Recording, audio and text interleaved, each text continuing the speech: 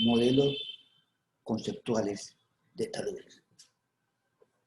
Cuando usted se enfrenta a un talud, a una ladera, a una superficie con alta pendiente, usted como ingeniero debe tener capacidad para analizar lo que está ocurriendo en ese talud, en esa ladera.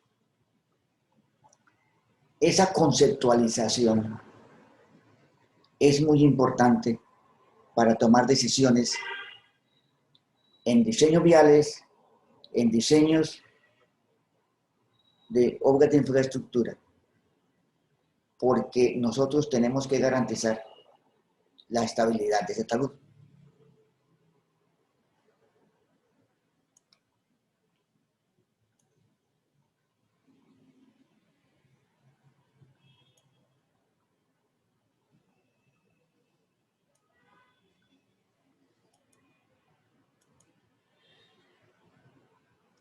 Un talud es un cuerpo vivo en cierto aspecto.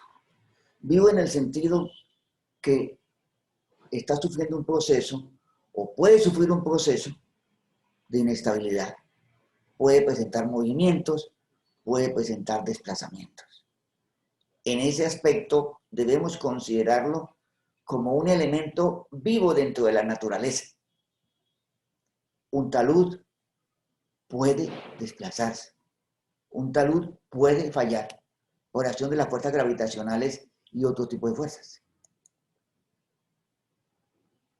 Los taludes son masas de materiales térreos que se comportan de acuerdo a las leyes de la física. O sea, aquí es muy importante recordar nuestros conocimientos de física, porque todo lo que ocurre en el talud está ligado a la física, al comportamiento físico de los materiales. Los taludes son dinámicos con el tiempo y tienden a responder a los procesos a que son sometidos. Si usted le infiltra agua, el talud va a responder de determinada forma. Si usted hace un corte, si usted deforesta, el talud va a tener una forma de responder.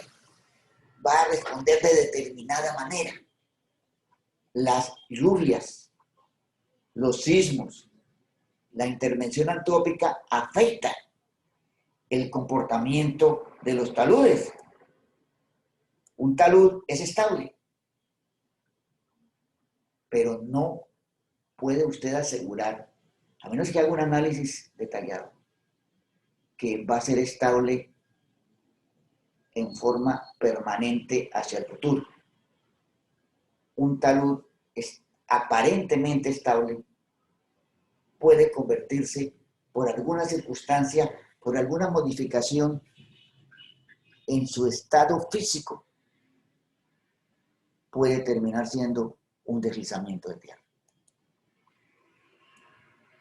Se requiere conocer a detalle los procesos que ocurren dentro del talud. Hay que interpretar muy bien el talud.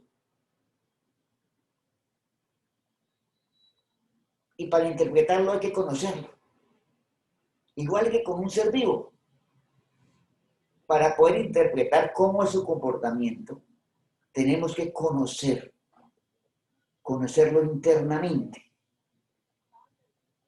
en la superficie del terreno e internamente dentro del talud. Y en esa forma podemos diagnosticar. Los profesionales de la geotecnia y los ingenieros debemos estar en condiciones de diagnosticar el comportamiento futuro de ese talud. El diagnóstico en la ciencia de estabilidad de taludes es determinante para poder proponer obras, para poder diseñar nuestros elementos de infraestructura dentro del talud o junto al talud. Si el diagnóstico es equivocado,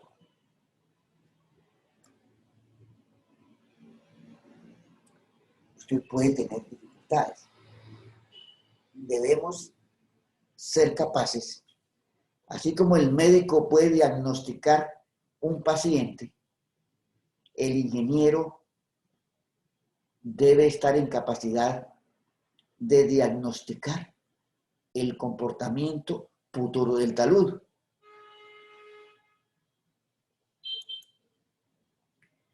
En un talud ocurren procesos internos y procesos externos.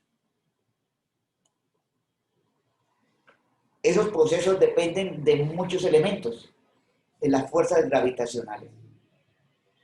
La fuerza de gravedad es una fuerza muy importante en los taludes.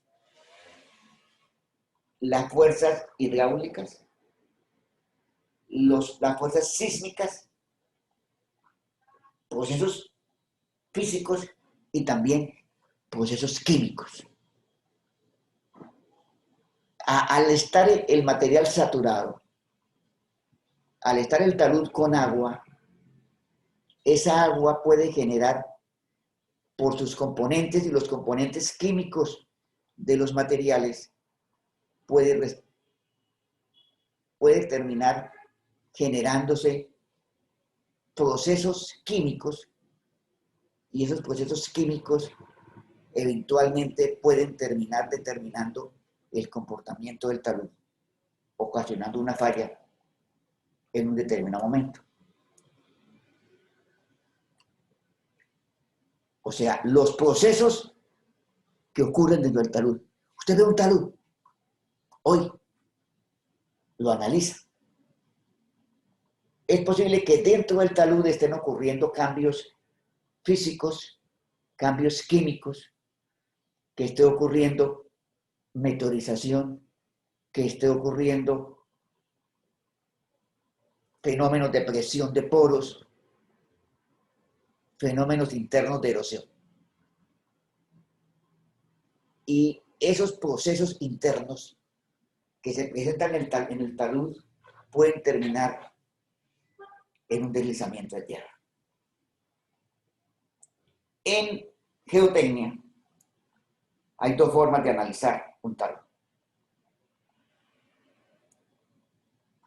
Conceptualmente o matemáticamente.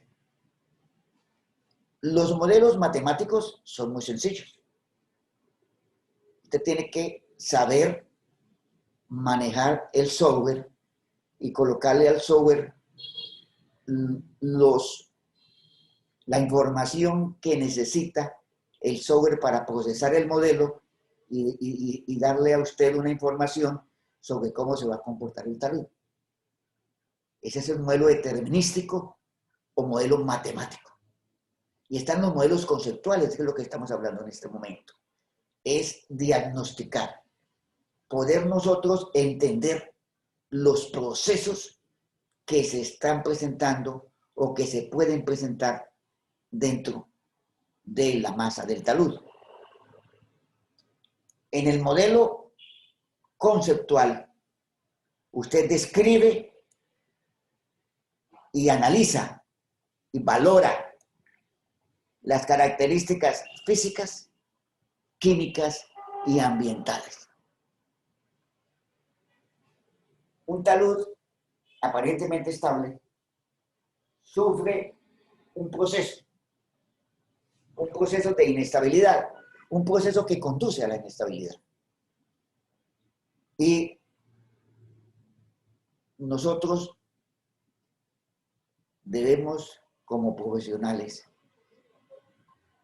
tener el conocimiento, tener la experticia para poder analizar esos fenómenos que ocurren dentro del talud. En el modelo matemático, en el modelo determinístico,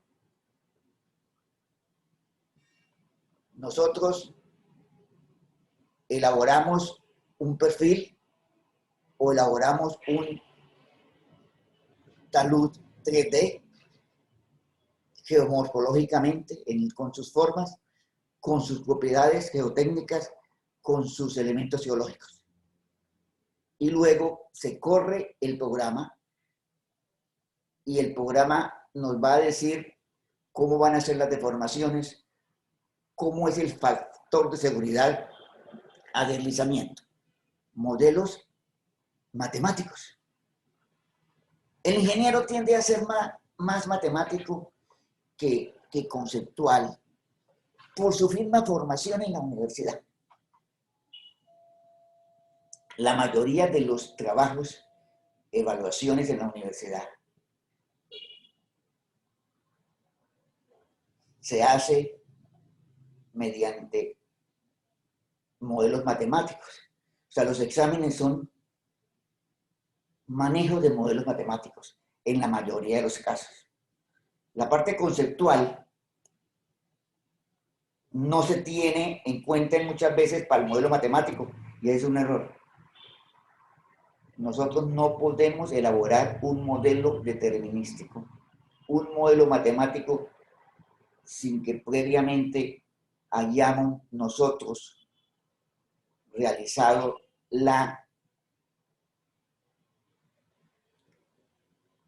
el análisis conceptual de los procesos que pueden estar representando dentro del talud. Y para ello necesitamos analizar una serie de factores. La pendiente. Es muy importante la morfología. Lo que llamamos la topografía. La litología. ¿Qué formación geológica está presente? Si es una roca ígnea, si es un suelo residual, si es un coluvión. La litología o la formación geológica. La microestructura y la estructura. O sea, las discontinuidades, los elementos que constituyen el suelo o que constituyen la roca. El estado de meteorización.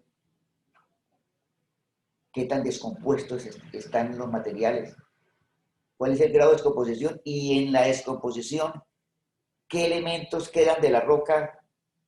¿Qué elementos desaparecen de la roca? La geomorfología, la forma vista desde el punto de vista geológico, el clima, la hidrología y la hidrogeología. Otros elementos relativamente externos, la sismicidad. El comportamiento sísmico de los taludes es esencial para poder garantizar una situación de estabilidad. La vegetación. El estado de la vegetación, el estado de las raíces, el estado de la protección hidrológica que da la vegetación. Y los factores antrópicos. La presencia de una vía, unos cortes que se hicieron, una infiltración de agua por algún proceso antrópico, un proceso humano sobre los taludes y demás. Hablemos de la pendiente. El relieve, la topografía. Entre mayor pendiente, aumentan las fuerzas actuantes o fuerzas desestabilizantes. A menor pendiente hay menos fuerza, las fuerzas desestabilizantes pueden ser menores. Y el factor de seguridad en un mismo material tiende a ser menor si la pendiente es mayor. En la práctica no se da exactamente eso. Un talud de alta pendiente puede ser más estable que un talud de baja pendiente si el talud de alta pendiente está constituido por materiales mucho más competentes, mucho más robustos, mucho más rocosos. Y las pendientes altas tienden a corresponder a materiales duros, tienden a corresponder a materiales de roca. En cambio, las pendientes bajas generalmente corresponden a coluviones, a suelos aluviales, a suelos coluviales. Entonces, un talud tiene su pendiente de equilibrio. Es estable a determinada baja pendiente. Si usted tiene una pendiente mayor, va generándose un proceso de inestabilidad y va a disminuir el factor de seguridad de ese talud.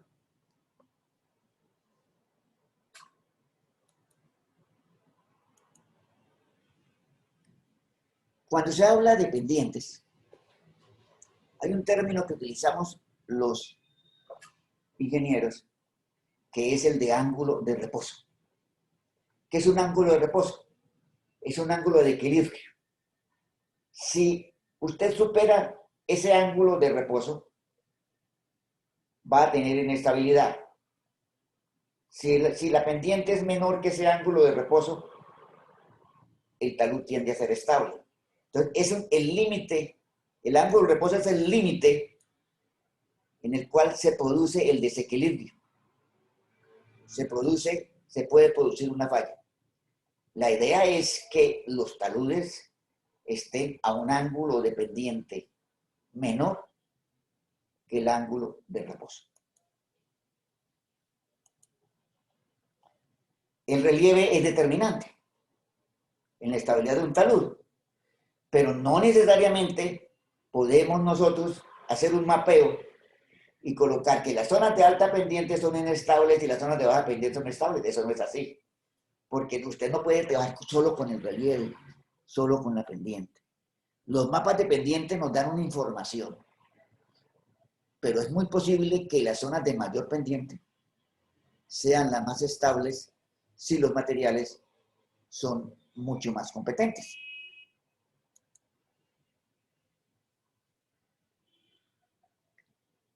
Sin embargo, hay que tener en cuenta que el desprendimiento de materiales de suelo o de roca tiende a ser mayor al tener una pendiente mayor. Y esos desprendimientos de materiales de roca pueden generar talus, pueden generar caídos de bloques, caídos de masas de roca y demás. Entonces, el tema de la pendiente, el tema del relieve es un factor que tenemos que mirar nosotros con mucho detenimiento para saber cómo se comporta el talud en esas condiciones de relieve, en esas condiciones de pendiente. Al aumentar la pendiente, pasar el ángulo de reposo, se pueden presentar flujos o se pueden presentar desprendimientos de materiales, como en este caso en Noruega.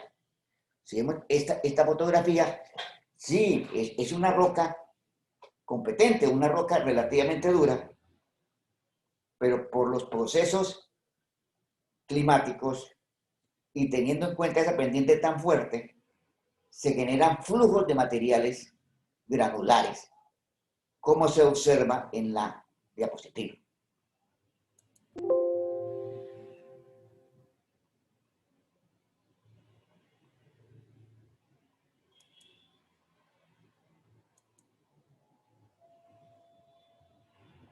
Primero, el relieve. El segundo factor que consideramos de importancia es la litología. O sea, ¿de qué está constituido el talud? Lo que llaman la formación geológica. Cada litología tiene un patrón de comportamiento.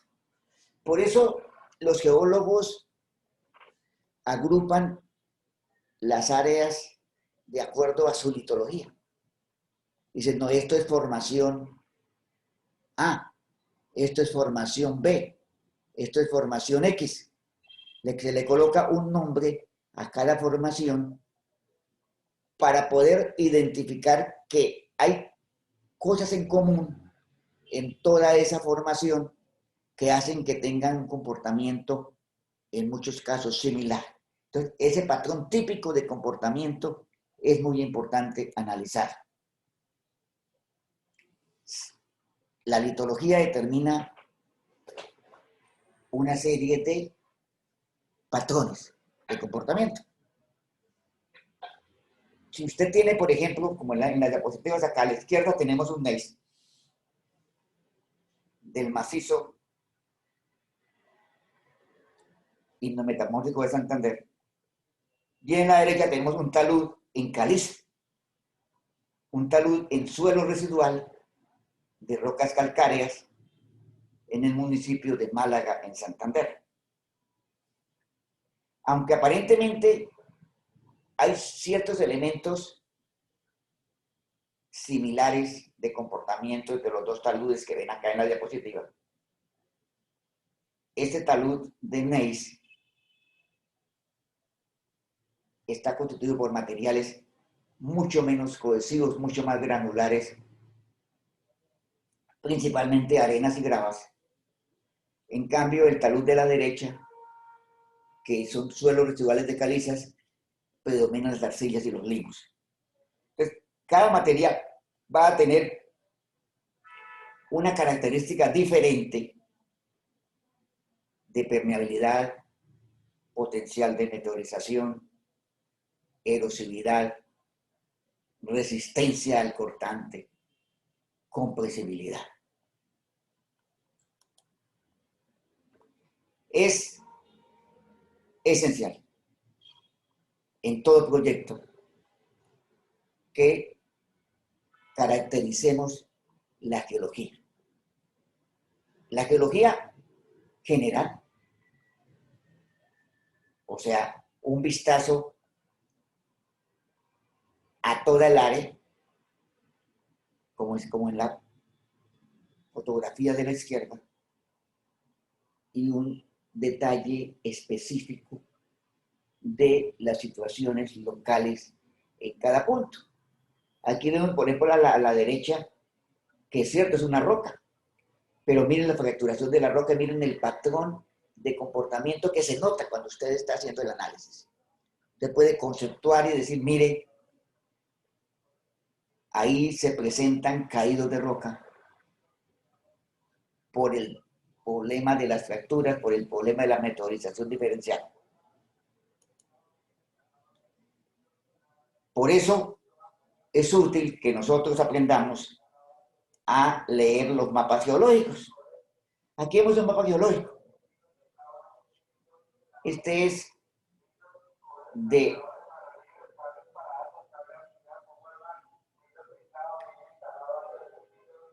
del país de Centroamérica conocido como Guatemala. ¿Por qué tenemos a Guatemala acá? Sí, porque este curso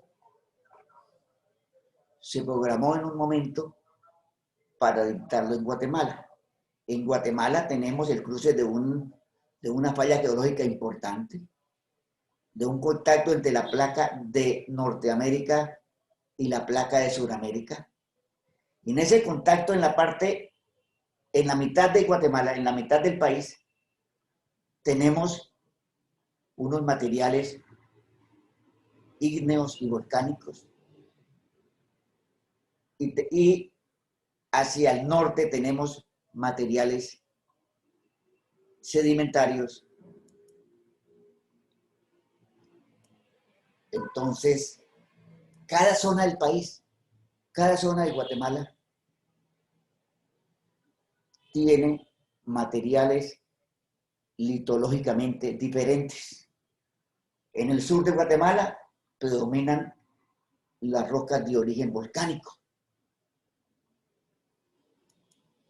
En el centro de Guatemala, las rocas metamórficas y las ígneas intrusivas, muy cerca a la zona donde cruza el contacto entre placas tectónicas.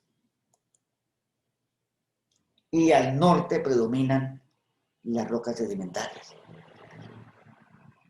En cada país, o en cada departamento de un país, en cada región,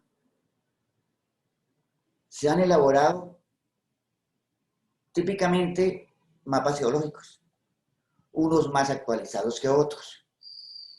Pero con frecuencia tenemos acceso a esos mapas geológicos. Y esos mapas geológicos nos dan la información sobre la litología de los materiales. En el caso de Colombia, el mapa geológico de Colombia nos muestra los diversos tipos de litología y de estructura geológica, el tema de los fallamientos, de acuerdo a la zona del país, en la zona de la costa, donde predominan en buena parte materiales aluviales, en la zona del eje cafetero, materiales de origen volcánico, en la zona de Santander, en el macizo de Santander, materiales de origen ígneo intrusivo y otras zonas de materiales sedimentarios. Entonces, la cordillera oriental de Colombia está constituida principalmente por rocas y suelos de origen sedimentario, que de color verde en este plano que ustedes están viendo acá en la fotografía. Sin embargo, en la zona de Santander, en la parte alta, en los páramos nuestros, el páramo de Santurbán, por ejemplo, afloran rocas de origen ígneo y de origen metamórfico. Los suelos y rocas de origen volcánico tienen un patrón de comportamiento. Los depósitos fluviovolcánicos en la zona de Armenia, de Pereira, las tobas, los materiales de origen volcánico tienen un patrón de comportamiento.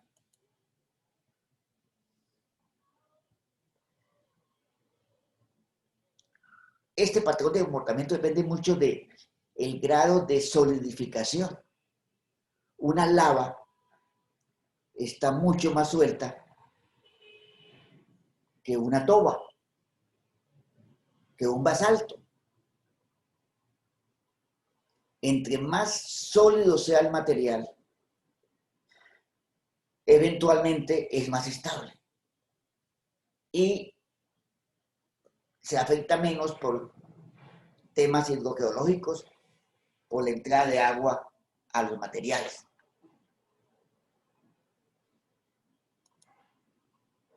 Los suelos volcánicos son porosos, o sea, acumulan fácilmente agua, lo cual los hace muy vulnerables a deslizamiento, porque el agua entra, se deposita, pero no sale.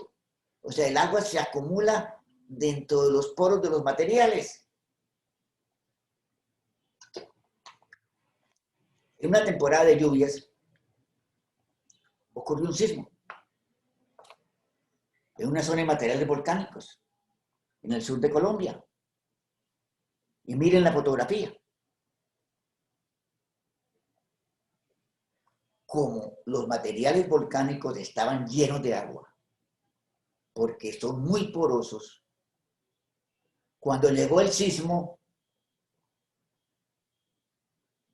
generó presiones de poro en exceso, generó liquefacción de los materiales y fluyeron la mayoría de los taludes, generando unas grandes avalanchas de materiales finos, arcillas, limos y arenas.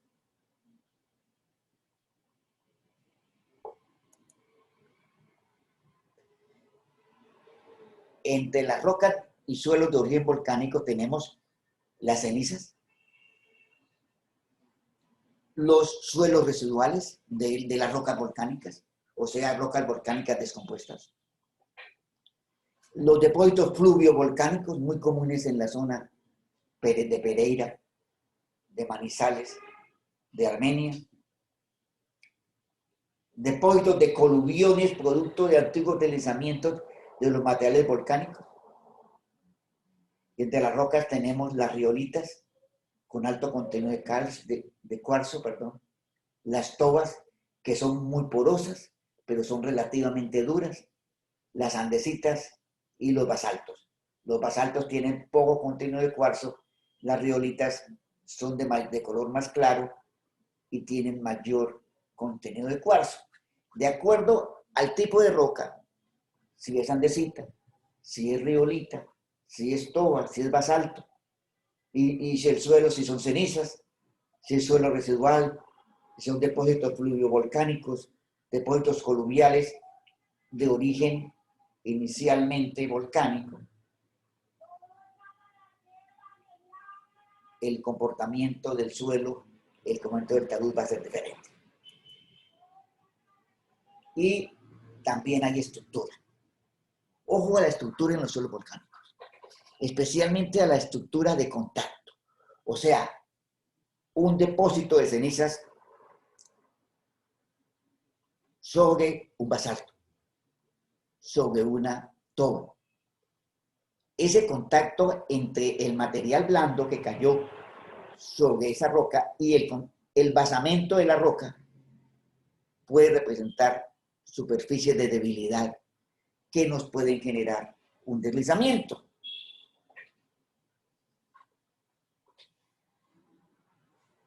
Igualmente ocurre no solo en Colombia, en Ecuador, en Perú, en Chile. Estos materiales volcánicos sueltos, blandos, depositados sobre un material rocoso, pueden tender a ser inestables.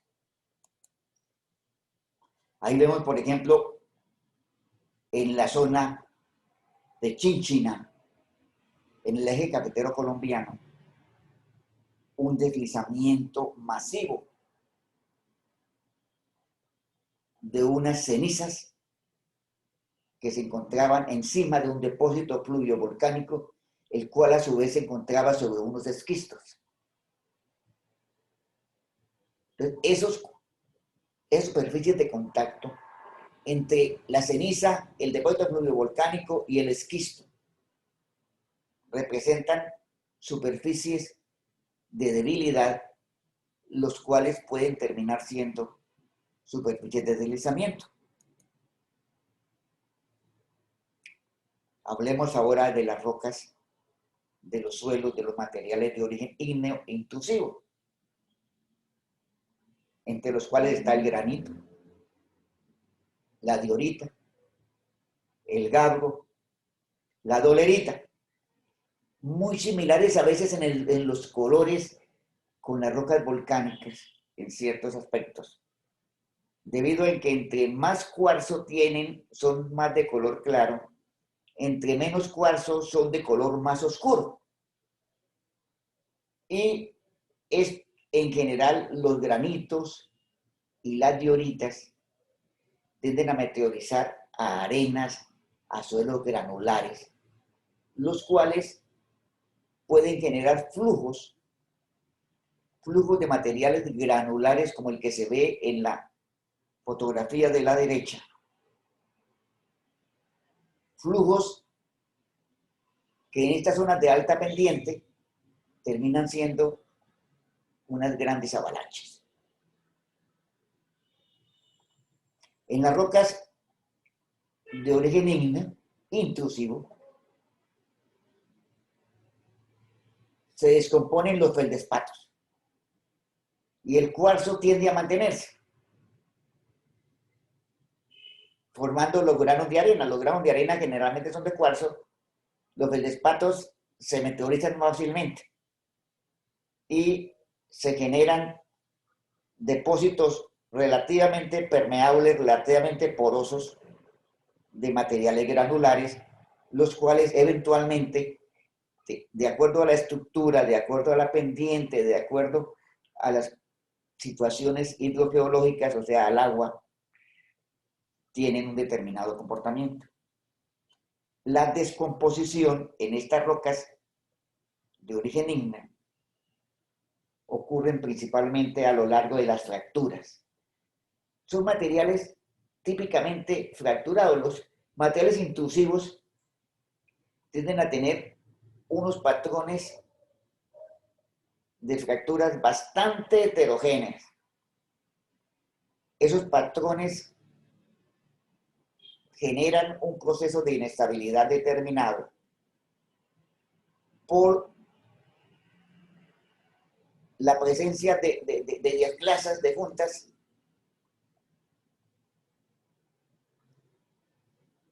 por las cuales puede circular el agua y las cuales representan superficies de debilidad tanto para la meteorización como para la ocurrencia de deslizamientos.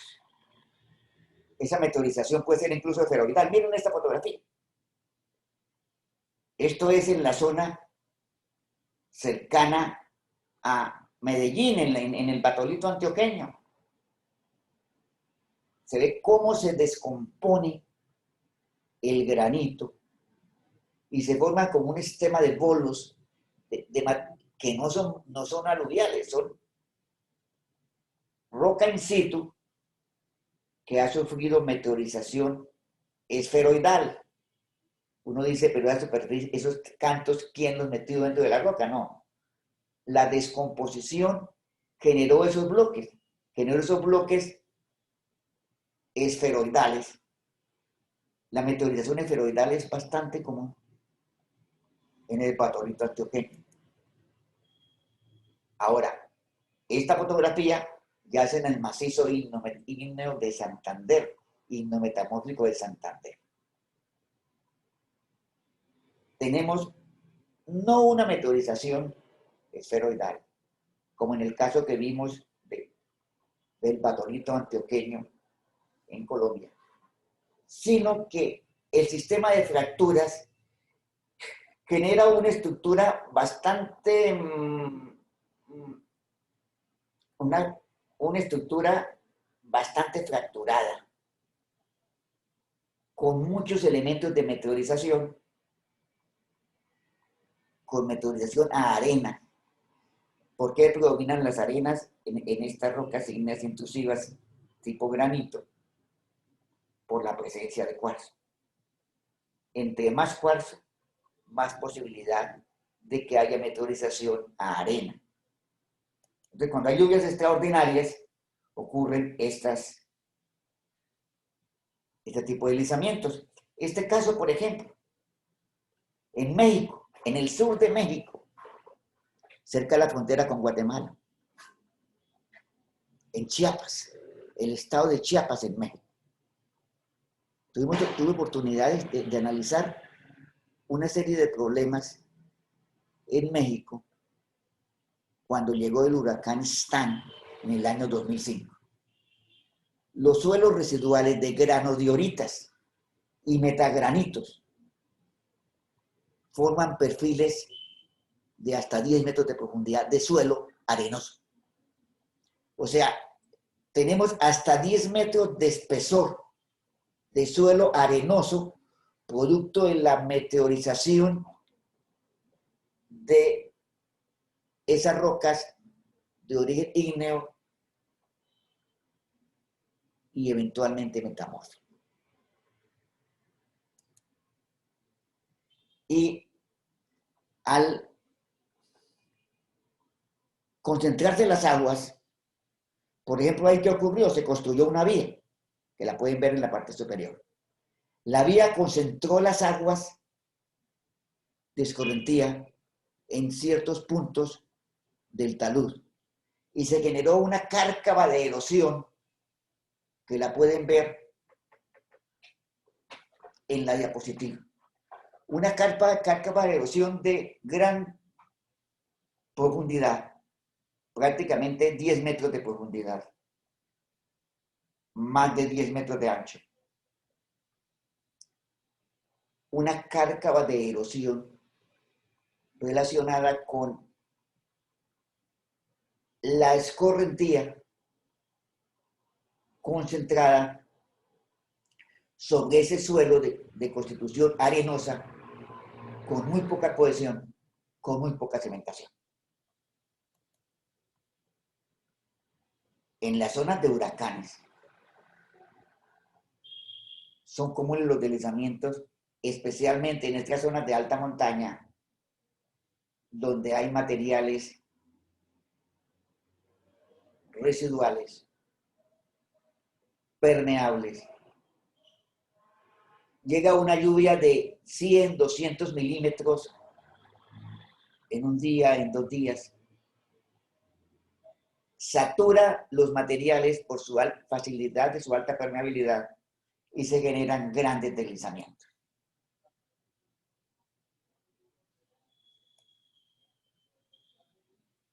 La mayoría de los deslizamientos no ocurren en el ojo del huracán, sino en las bandas externas de los huracanes y de las tormentas tropicales.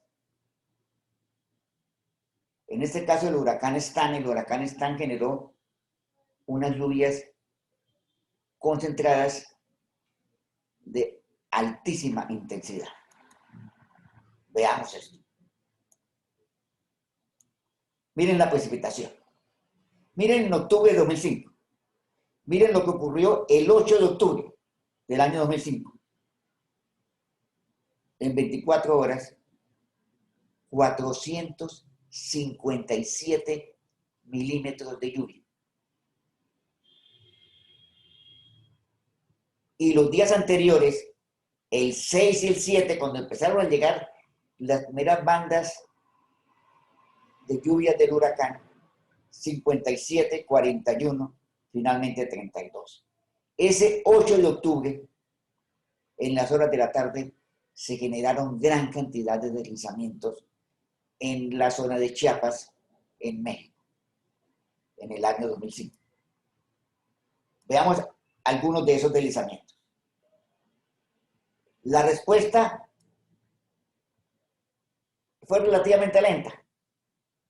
Los deslizamientos se presentaron básicamente unas 10 horas después de iniciada la parte intensa de la lluvia. O sea, el deslizamiento no ocurre en los primeros 20 minutos.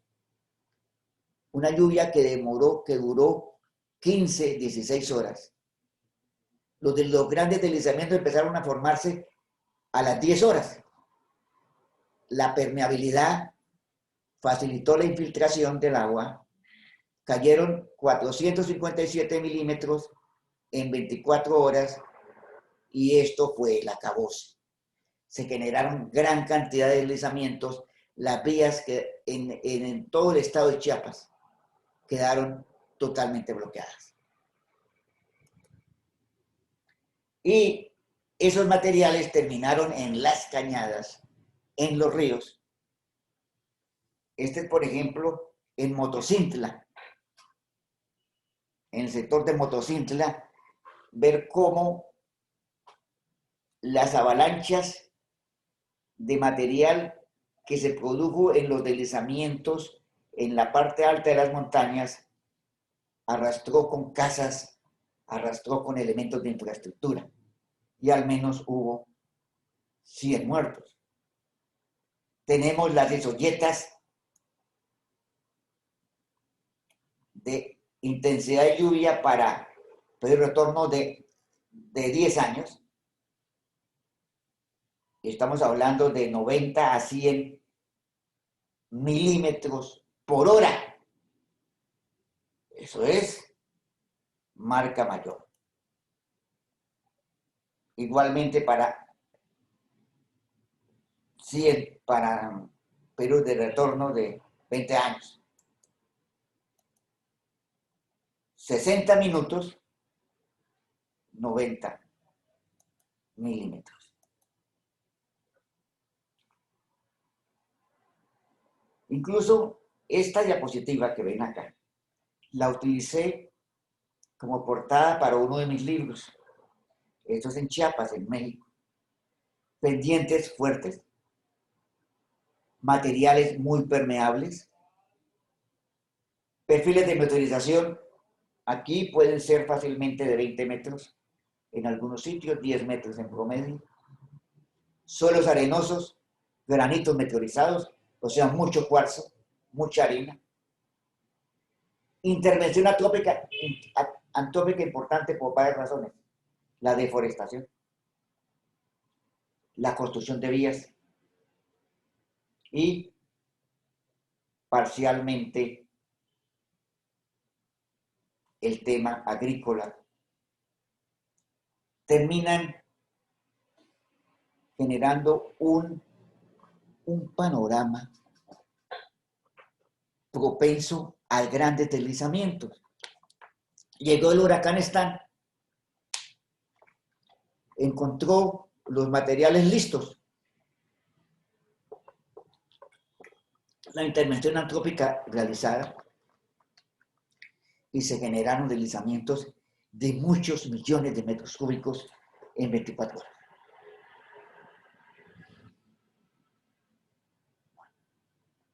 Ya hablamos de suelos volcánicos, materiales de rocas de origen volcánico, materiales de rocas de origen ígneo intrusivo, como el caso de estos granitos en la zona de Chiapas, y hablemos de materiales de origen metamórfico.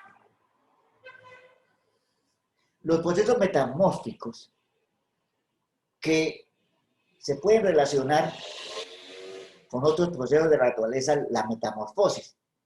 La roca cambia. De una roca sedimentaria se genera una roca metamórfica. Se generan cambios en la cristalización relacionados con la temperatura y la presión en su formación de la roca. Estos cambios metamórficos producen foliaciones, alteración física, producen bandeamientos, producen estructura y microestructura dentro de la roca. Los gneisses, al igual que los granitos, tienden a meteorizar a arenas. También son materiales con alto contenido de cuarzo. Y adicionalmente tienen una microestructura con elementos de micro y macroestructura que los hacen muy susceptibles a deslizamientos. Los materiales metamórficos tienden a ser muy amigables para que se generen movimientos de masa. Como en este caso, en 1999, en el estado Vargas, en Venezuela. Ahí se observan los gneisses, se evidencia la estructura del gneis en esta roca. Perfiles de meteorización relativamente pequeños, de 2, de 3 metros. Generaron grandes avalanchas de millones de metros cúbicos de material en grandes áreas. También porque llegó una lluvia extraordinaria, una lluvia de gran magnitud. Los esquistos son materiales también muy susceptibles, igual que los gneisses, a deslizamiento. Tal vez más los esquistos que los mismos gneisses. Se desintegran fácilmente. Los esquistos son fácilmente desintegrables. Y al ser fácilmente desintegrables, hacen que una lluvia, que un sismo, que una intervención antrópica los afecte en forma significativa. Vemos, por ejemplo, acá la vía Caracas-La Guaira en Venezuela. En el año 1999, cuando ocurrió la gran avalancha. Materiales físiles. ¿Qué es un material físil? Un material que se desmorona fácilmente. Los esquistos son muy físiles. Los esquistos se desmoronan con muchísima facilidad debido a la presencia de planos de mica, hornblenda y partículas de cuarzo. La mica, esas escamas que se ven en el suelo residual y en la roca, generan una estructura que facilita la ocurrencia de deslizamientos. Se deslizaron, en este caso, en el estado de Vargas, en Venezuela, junto a la costa caribe venezolana. Se deslizaron más de 40 millones de metros cúbicos de material en menos de 24 horas. Algo bastante más gigante que lo que habíamos visto en Chiapas con el huracán Stan. Acá tenemos, a diferencia del caso de Chiapas, pendientes mucho más fuertes, por razones de tipo tectónico, porque en la zona hay fallas geológicas de gran magnitud. Estas grandes pendientes, estos materiales de gneiss, de esquisto, que se saturaron con una cantidad grande de lluvias, representan una vulnerabilidad muy alta a los movimientos. Ven como en esta fotografía vemos como los flujos que bajaron de la montaña, de la zona de esquistos y gneisses, bajaron los flujos y cubrieron los asentamientos humanos. Las avalanchas pasaron por encima de las edificaciones y las sepultaron y en muchos casos destruyeron edificios completos. Avalanchas de materiales de origen principalmente metamórfico, que se deslizaron de la parte alta de las montañas en las colinas del estado Vargas. Los sedimentos cubrieron las edificaciones, barrios enteros fueron sepultados por miles de toneladas, millones de toneladas de grava, arena y bloques de roca.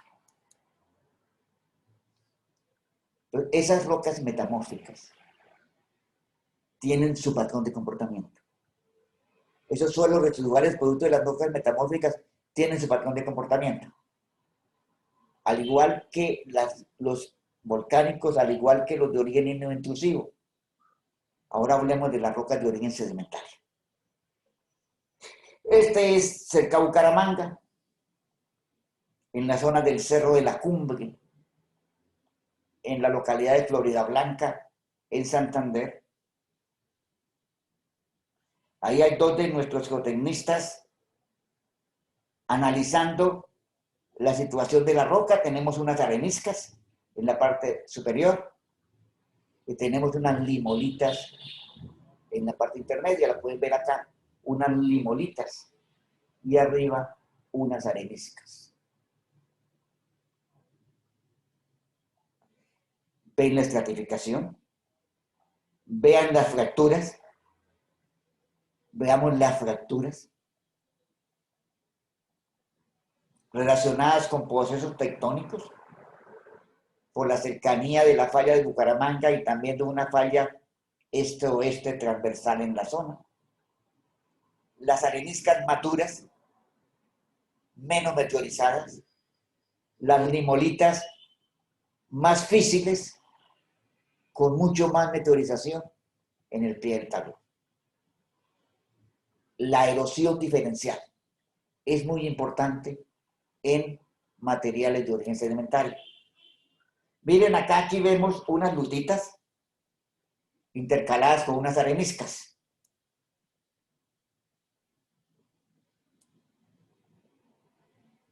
Las lutitas se erosionan más fácilmente. Las areniscas son más resistentes a la erosión y se forman elementos morfológicos que facilitan la caída de los bloques de arenisca también. O sea, la arenisca termina deslizándose porque la lutita se descompuso y la lutita se desintegró y generó espacios que facilitaron la caída de los bloques de arenisca. Ahí viene la caída de bloques.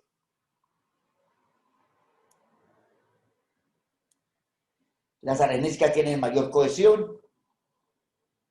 Las lutitas son menos cohesivas. Las lutitas son más afines al agua, se desintegran más fácilmente con presencia de agua, la arenisca es más resistente a la presencia de agua y se genera morfología diferencial en los cuales ocurren caídas de bloques, deslizamientos, flujos, movimientos en masa de diferente forma, como en este caso, por ejemplo, en el sur del departamento de Santander, en Colombia, en mi región, unas lutitas, rocas arcillosas, con buzamiento cercano a 45 grados, pueden ver el buzamiento, y se observa cómo los suelos residuales se deslizan,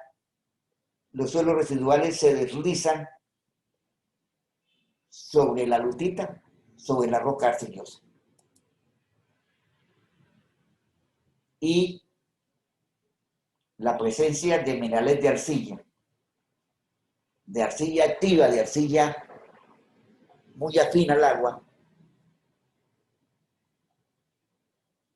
facilita la ocurrencia de deslizamientos, como en este caso que vemos acá, un proceso de desmoronamiento progresivo del talud de lutita, con unos elementos de arenisca que los ven de color más blanco en la diapositiva. Entonces, esa afinidad de la lutita, de la lodolita, de la roca arcillosa con el agua, facilitan los flujos, facilita el desmoronamiento, facilita los movimientos de masa. Y cuando el perfil de meteorización de suelo arcilloso es muy grande, como en este caso, en la vía Sogamoso-Agua Azul, en la cordillera oriental de Colombia, se forman perfiles muy profundos de suelo arcilloso y se generan deslizamientos rotacionales de profundidad importante. Debido a que el perfil de meteorización en estas materiales residuales de roca arcillosa, estos perfiles de muchos metros de espesor, estos perfiles producen una susceptibilidad a los deslizamientos rotacionales. También la presencia de carbón. La presencia de carbón genera a veces unas lutitas negras con unos mantos de carbón. El carbón tiene una característica física importante desde el punto de vista de geotecnia. Tiene ángulo de fricción muy bajito. El carbón tiene ángulo de fricción muy bajo, ángulo de fricción generalmente menor de 10 grados. Entonces, esos betas de carbón son elementos de altísima susceptibilidad a que haya deslizamientos, a que haya desplazamientos por las capas de carbón. Y igualmente la estratificación, donde hay capas de arcilla, capas de arcillolita meteorizada, facilitan la ocurrencia de deslizamientos traslacionales. Este caso en la carretera Oiva-Barbosa, en el departamento de Santander, en Colombia. Un deslizamiento traslacional parecido al que vimos anteriormente en las lutitas en el sur de Santander. Estos se encuentran relativamente cerca. Son formaciones similares en las cuales hay un ángulo de buzamiento, ángulos de fricción muy bajos y los mantos de lutita meteorizada se deslizan por los planos de estratificación de la roca. Y como vemos en este caso, que el deslizamiento de traslación terminó en la parte inferior siendo algo de rotación y se levantó el pavimento. Ven ustedes este levantamiento del pavimento, el levantamiento del pavimento por la presencia de materiales, de lutitas, rocas arcillosas, meteorizadas, con planos de debilidad, de arcilla, de bajo ángulo de fricción. Tenemos nosotros acá, cerca a mi ciudad, cerca a Bucaramanga, en la vía Bucaramanga-Barrancabermeja, la presencia de una formación geológica que llamamos nosotros formación Umir, que son unas lutitas y arcillolitas con presencia a veces de elementos de carbón y algunos mantos delgados de areniscas. Esta formación arcillosa se fractura muy fácilmente, se descompone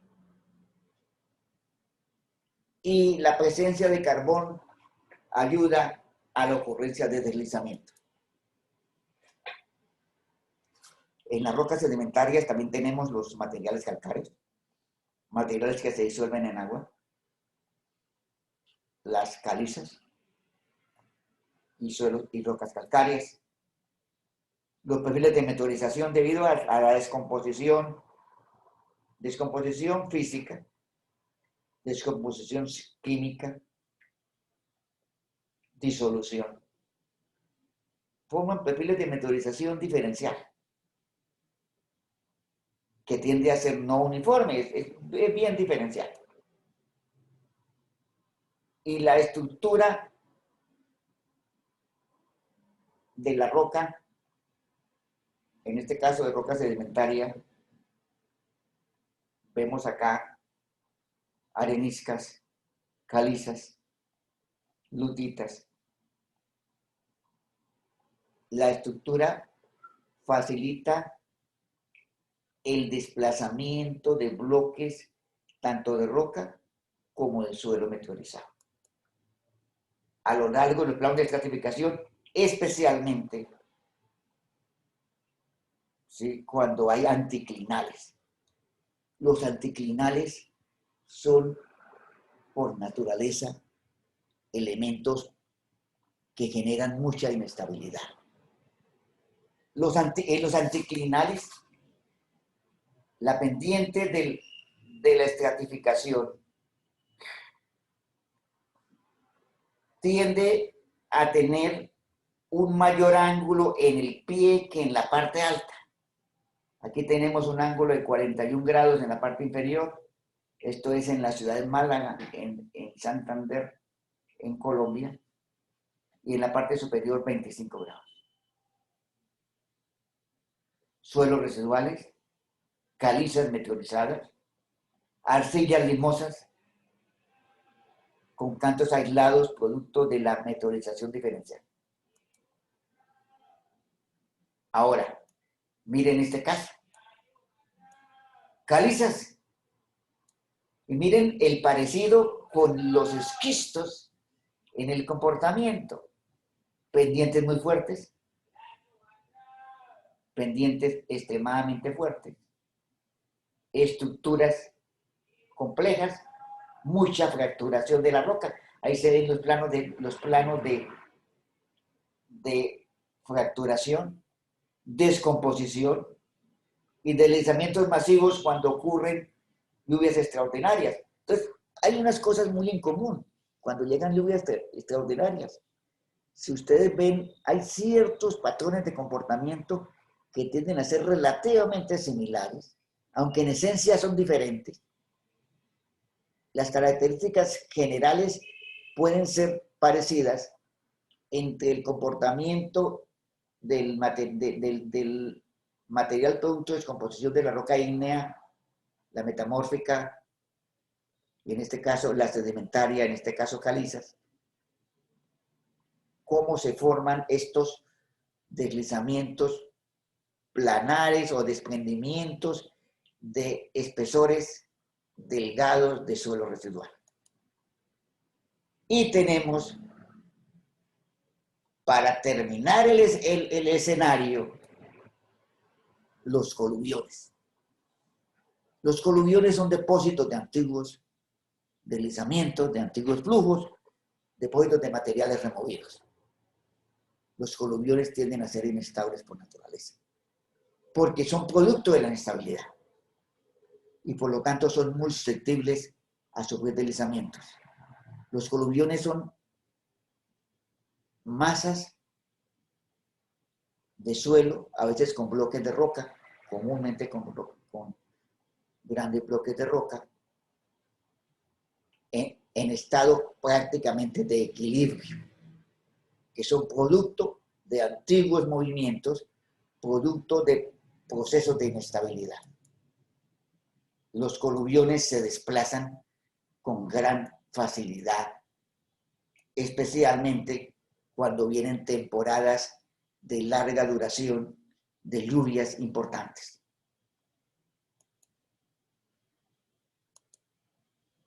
Miren este deslizamiento de un coluvión en la zona del municipio de San Vicente de Chucurí, en el departamento de Santander. La zona que llaman de Llana Caliente. Estos coluviones, producto de materiales de la formación Umir, de la formación Lizama, de la formación Simití, que son formaciones sedimentarias con presencia en el área de fallas geológicas transversales, fallas geológicas este-oeste, mucha fracturación en la roca, presencia de agua, formación de deslizamientos y formación de coluviones. A su vez, los coluviones tienen su comportamiento específico, dependiendo de su morfología, de la morfología del basamento del coluvión y también de la infiltración de agua. Aquí tenemos lo que se pensaba que iba a ser una casa para ancianos en San Vicente de Chucurí. La casa para ancianos no se alcanzó a terminar. El coluvión sobre el cual se cimentó esta casa de ancianos, incluyendo los pilotes, se puede ver debajo de la cimentación unos pilotes que habían colocado dentro del coluvión.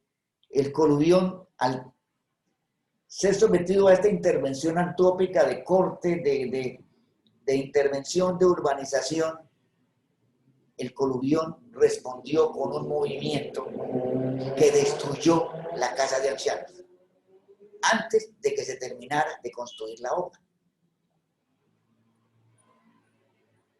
Los coluviones son elementos geotécnicos muy complejos que requieren de estudios específicos muy detallados, de análisis de geofísica, de análisis de la paleotopografía y demás. Miren cómo quedó la casa de ancianos en el aire al desplazarse el coluvión, el depósito coluvial de materiales de la formación Umir que se habían depositado en esta zona y sobre el cual se construyó o se intentó construir el asilo de ancianos. Otro tema importante, otro elemento geotécnico de gran importancia son los rellenos de origen antrópico. Los rellenos hechos por los ingenieros. Nosotros movemos tierra, la depositamos, muchas veces no la cimentamos adecuadamente o no la compactamos muy bien. Y se generan deslizamientos de tierra, movimientos, desplazamientos de esos rellenos que nosotros como ingenieros construimos. Esto no es extraño, es bastante común que nuestro relleno se desplace. Hay otros casos para tener en cuenta como la inestabilidad de los rellenos sanitarios, de los depósitos de basura o residuos. Y pasemos a otro aspecto. Hablamos de la litología. Hablamos de las rocas, de los diversos tipos de roca. Hablamos de los diversos tipos de suelo. Hablamos de la meteorización. Ahora hablemos de la estructura geológica. ¿Qué es la estructura geológica? Son superficies de debilidad en la roca o eventualmente en el suelo residual. Elementos de discontinuidad. Zonas débiles. Zonas de diaclasa, zonas de fractura, zonas de falla.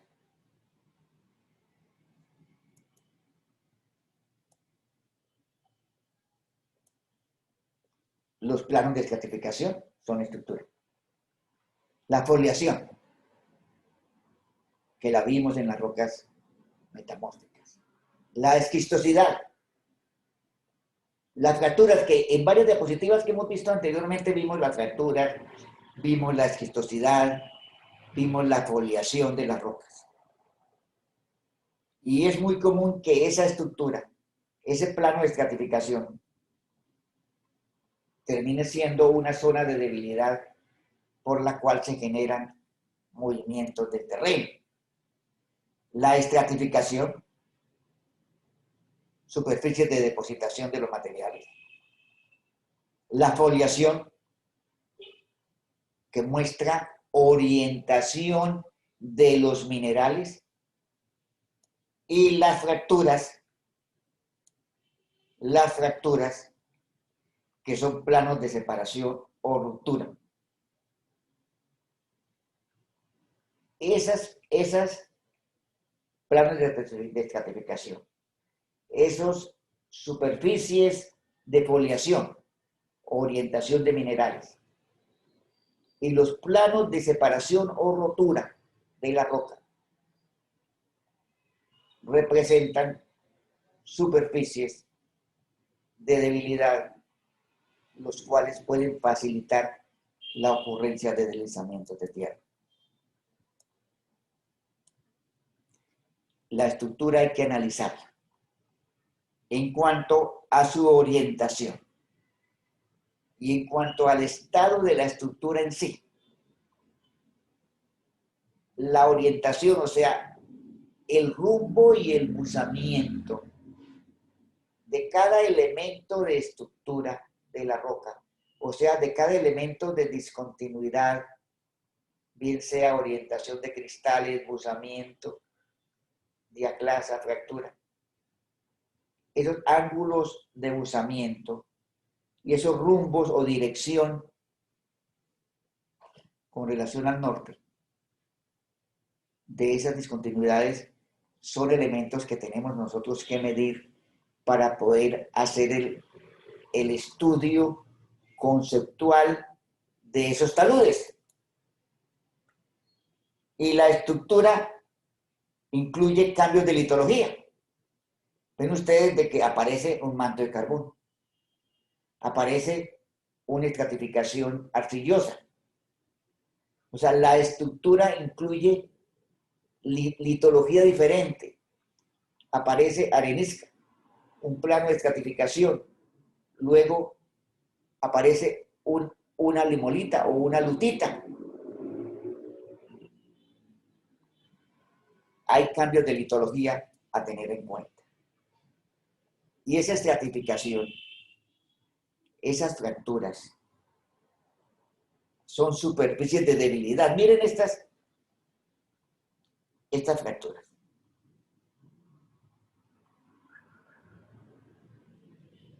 Es una roca metamórfica, producto de una roca sedimentaria. Miren esas zonas de debilidad, están prácticamente laminadas, son láminas láminas de materiales que se desplazan. Y los planos de estratificación, los planos de estructura, representan superficies potenciales de deslizamiento, de movimiento. Miren esta zona. Ahí había un plano estructural, un elemento estructural, una superficie sobre la cual se presentó un gran deslizamiento. Zonas de debilidad, las cuales pueden ser rectas, pueden ser curvas.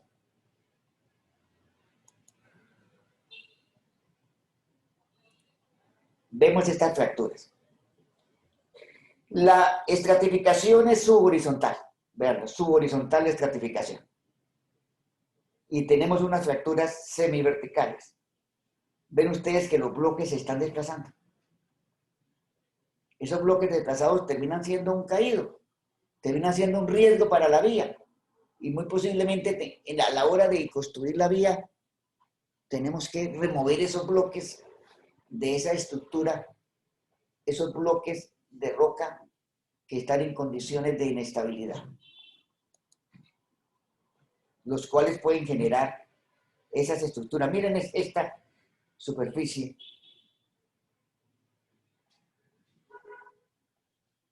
de estratificación, sobre la cual se deslizaron mal contados 2 millones de metros cúbicos en un solo evento. Y en cuestión de 5 minutos. Porque al estar ahí el plano de estratificación, muy débil, la presencia de una roca arcillosa y la presencia de una masa de gran tamaño, permeable, y la ocurrencia de una lluvia, genera la activación de un deslizamiento. A veces no son grandes deslizamientos, son caídas de bloques, volcamientos. La estructura facilita que los bloques se desplacen, que los bloques roten. Cada roca, cada formación rocosa, cada sitio tiene una estructura específica y debemos estudiarla para conceptualizar nuestro problema en nuestra vía, en nuestra obra de infraestructura. Así como tenemos que caracterizar la litología del material, la presencia de cuarzo, la presencia de elementos de arcilla, también tenemos que caracterizar la estructura, o sea, las discontinuidades dentro de la masa de material, dentro de la masa de roca. Porque esta estructura puede terminar siendo esencial, puede terminar siendo la que determine la ocurrencia de deslizamientos de tierra, que pueden ser, como vimos en ese gran deslizamiento, a lo largo de un plano de estratificación, o puede ser en cuña, a lo largo de dos elementos estructurales. Miren ustedes que hay dos superficies de debilidad formando una cuña, y se desliza la cuña sobre las dos superficies. Hay modelos determinísticos, modelos de computador, para matemáticamente analizar la estabilidad de estas cuñas de roca. Vemos la cuña, ahí tenemos por un lado estratificación, por otro lado fracturas. Entre la estratificación y las fracturas formaron una cuña y se está deslizando la cuña, están cayendo los bloques que hay dentro de la cuña de roca, y la cuña puede irse ampliando con el tiempo porque hay estructuras, elementos estructurales subparalelos que pueden generar que la cuña vaya creciendo con el tiempo. Miren esta cuña casi vertical. Se ve la estratificación subhorizontal. Tenemos las fracturas semiverticales pero ven ustedes que también se formó una cuña de roca y se desplazó. O este caso, cuñas de roca. Vimos planos, superficies planares de deslizamiento, superficies en cuña, volteos. Mira, vemos esta cuña, miren, aquí tenemos básicamente 3 elementos de cuña. Un plano de estratificación, se ve la estratificación de la roca. Tenemos una fractura geológica,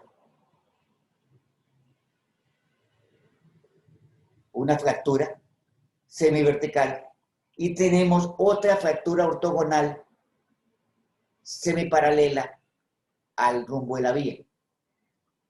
Con los 3 elementos, la estratificación, la fractura principal, más las fracturas ortogonales, generaron un elemento de cuña con 3 superficies, lo cual produjo el deslizamiento.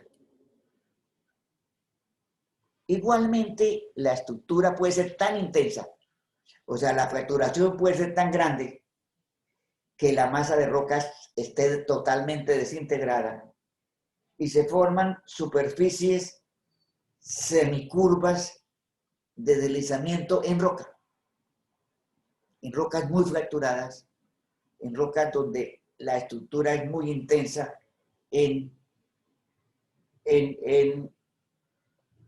presencia por cantidad de diaclasas por metro cúbico de material. Y ahí ya el deslizamiento no va por la estructura. El deslizamiento lo produce la estructura por su gran fracturación. Pero la superficie, como la pueden ver, la superficie de deslizamiento puede no corresponder precisamente con la estructura.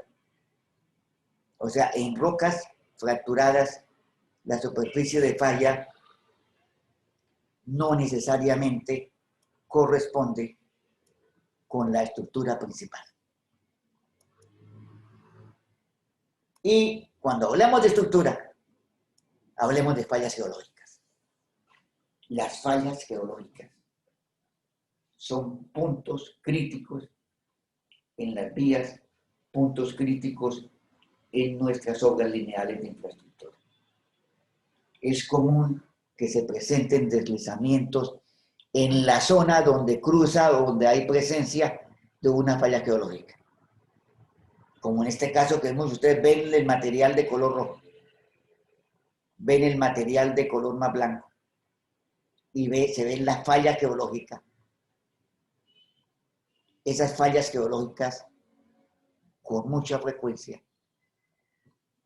generan puntos de deslizamiento, puntos críticos en la vía, los cuales es muy importante analizar.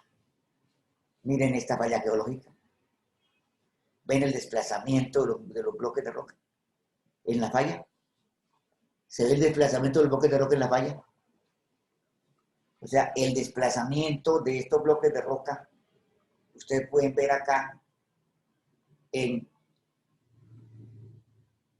esta diapositiva. Esto es un deslizamiento de potencia. Un deslizamiento que debe removerse. Si usted va a construir aquí una vía en este sitio, en este punto, con esta estructura de roca, debemos hacer algo porque es una situación de peligro el tener esta falla geológica con esa inclinación, con ese usamiento en estas circunstancias de los materiales.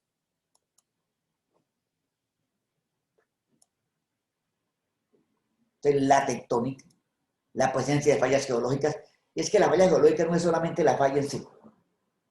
Al lado y al lado de la falla se generan una serie de estructuras semiparalelas, una serie de discontinuidades en la roca que hacen que la zona de la falla no es el sitio de la falla. La zona de la falla puede ser cientos de metros al lado y lado del alineamiento principal de la falla geológica. Fallamiento y fracturación. La fracturación desintegra la roca. Fracturación por fenómenos tectónicos, fracturación por fenómenos físicos. Esa fracturación hace que la roca sea débil, que la roca no tenga competencia.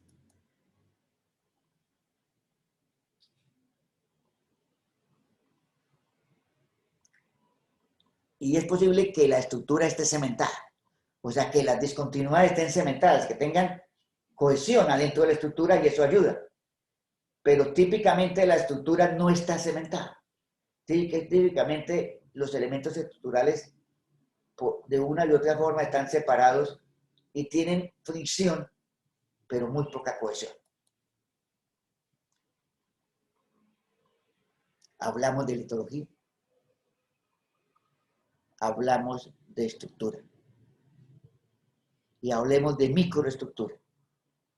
O sea, el arreglo de los cristales y las partículas de material, esa microestructura, la vimos nosotros algo en el tema de Vargas, un poco también en el caso de Chiapas, en México. La microestructura de los cristales de material, de los cristales de las partículas de arena o de los cristales de cuarzo, de los feldespatos y demás, esa microestructura puede ayudar o coadyuvar a que se presenten problemas de estabilidad. El arreglo de los elementos. Miren este suelo. Es un suelo aparentemente coluvio, aluvial, con bloques, o sea, con una serie de clastos semirredondeados y con una matriz interna arcillosa. En estos casos, típicamente la matriz controla el comportamiento de esa microestructura de material. La microestructura incluye la fábrica y la textura y determina en buena parte el ángulo de reposo, el cual a su vez influye, como lo dijimos anteriormente, en definir el ángulo al cual se genera inestabilidad en un material granular. Y la cementación, la cohesión. Un material puede ser arcilloso, pero tener muy buena cementación, o puede ser una arena y tener cementación, o sea que las partículas estén unidas por elementos de soporte que le dan resistencia. El ángulo de estabilidad y la altura estable dependen del grado de cementación. Entre mejor cementado esté el material, a pesar de que haya estructura, a pesar de que haya microestructura, la cementación de esa microestructura determina en buena parte la estabilidad de los materiales. Tenemos entonces esta primera parte del análisis conceptual. No hablamos de fórmulas matemáticas. No hablamos de modelos. Numéricos. Hablamos de elementos de física, elementos de química, elementos de la estructura de la roca, de la descomposición, que determinan el comportamiento de los taludes. Esta es la primera parte de nuestro curso sobre modelos conceptuales de taludes. En la segunda parte, en el segundo en la segunda conferencia vamos a profundizar un poco más en estos factores y analizar otros factores entre los cuales está, por ejemplo, el tema del agua, el efecto hidrogeológico en un talud. Muchas gracias.